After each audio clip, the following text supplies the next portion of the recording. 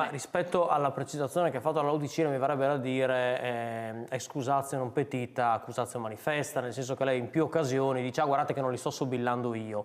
Beh, intanto vorrei dire di Leonardo che se hanno tutta questa difficoltà nel governare e ritengono che sia più facile andare all'opposizione, possiamo fare uno scambio.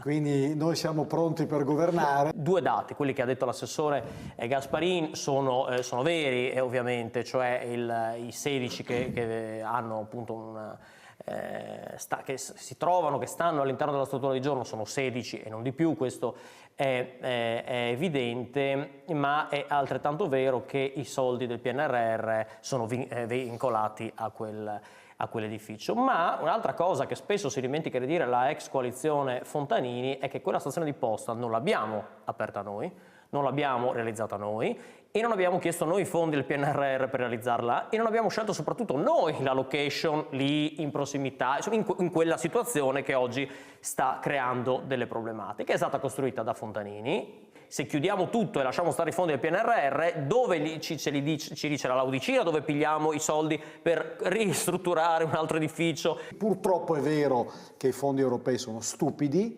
perché noi ci ritroviamo con dei progetti che poi nel tempo hanno bisogno di modifiche, non le possiamo fare perché siamo vincolati, no, ai dettagli di questi progetti. Quindi i fondi europei sono stupidi. Noi non possiamo rinunciare a quei fondi, quindi non possiamo rinunciare a quella struttura, perché comunque è un problema che abbiamo avuto nel passato e va affrontato. I due vigilantes, bene, è un passo in avanti.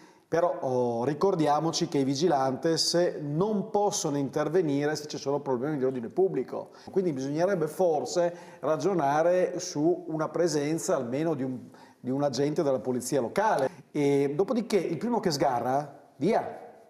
Cioè non è che c'è il cartellino giallo. Come uno si comporta male, cartellino rosso subito.